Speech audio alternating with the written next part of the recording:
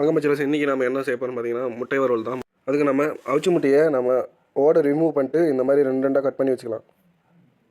அடுத்ததான் மிளகாய்ச்சாந்து ரெடி பண்ணிக்கலாம். மிளகாய்ச்சாந்துக்கு தேவையான இன்க்ரீடியன்ஸ் வந்து பார்த்திங்கன்னா மிளகாய்த்தூள், மஞ்சள், மிளகுத்தூள், கொஞ்சோண்டு உப்பு, அதை 4 சேர்த்து கொஞ்சம் தண்ணி விட்டு கலந்து வச்சுக்கலாம் இந்த மாதிரி. அடுத்ததான் முட்டையை வேக வைக்கிறதுக்கு இந்த மாதிரி எண்ணெயை வானலில் ஊற்றி சூடு பண்ணிக்கலாம். எண்ணெய் சூடானதுக்கப்புறம் கலந்து வச்ச மிளகாய்ச்சாந்தில் முட்டையை இந்த மாதிரி டிம் பண்ணி எடுத்துக்கலாம். டிம் பண்ணி எடுத்ததுக்கப்புறம் எண்ணெயில் இந்த மாதிரி பொரிக்கிறதுக்கு நம்ம போட்டு எடுத்துக்கலாம்.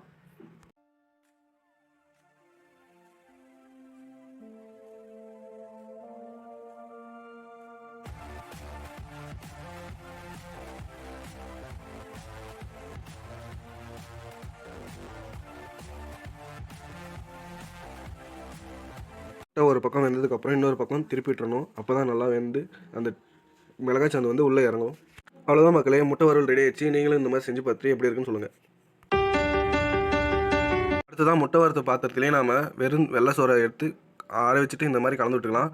இது ஏன் பண்ணுறோன்னு பார்த்தீங்கன்னா, அந்த மிளகாய்ச்சாந்து இருக்குது இல்லைங்க, அந்த மிளகாய்ச்சாந்து வந்து சைட்லலாம் ஒட்டியிருக்கும். அதில் வந்து இந்த மாதிரி வெறும் சோறை போட்டு சாப்பிட்டா நல்லா சூப்பராக இருக்கும். இதை சட்டி சோறுன்னு சொல்லுவாங்க.